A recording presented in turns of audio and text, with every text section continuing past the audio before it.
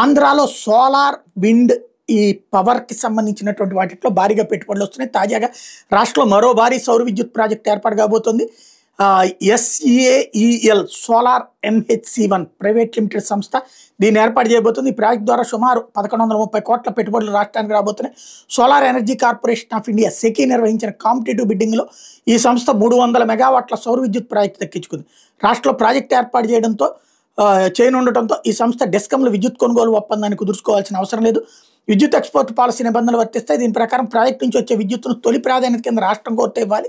లేదంటే ఆ విద్యుత్ ఇతర రాష్ట్రాల్లో సంస్థ అమ్ముకుంటుంది. సుమారుగా 6.5 గిగావాట్ల కంటే ఎక్కువ ఇండిపెండెంట్ విద్యుత్ ఉత్పత్తి ప్రాజెక్టుల్ని ఇది నిర్వహిస్తోంది. అధునాతన టన్నెల్ ఆక్సైడ్ పాసివేటెడ్ కాంట్రాక్ట్ సాంకేతికతను వినియోగించి 3.5 గిగావాట్ల సామర్థ్యం ఉన్నటువంటి సౌర మాడ్యూల్ తయారీ యూనిట్ కూడా నిర్వహిస్తోంది. పంజాబ్, హర్యానా, రాజస్థాన్లో 11 వేస్ట్ టు ఎనర్జీ చెత్త నుంచి విద్యుత్ ఉత్పత్తి ప్లాంట్లను కూడా ఇది నిర్వహిస్తోంది. వాటి ద్వారా ఏటా 2 బిలియన్ టన్నులు వ్యవసాయ వ్యర్థాలను కూడా సంస్థ వినియోగిస్తుంది. ప్రాజెక్టు ఏర్పాటు కోసం నిధులు విదేశీ ఆర్థిక సంస్థలను సమకూర్చుకోబోతున్నట్టుగా సంస్థ ప్రకటించింది.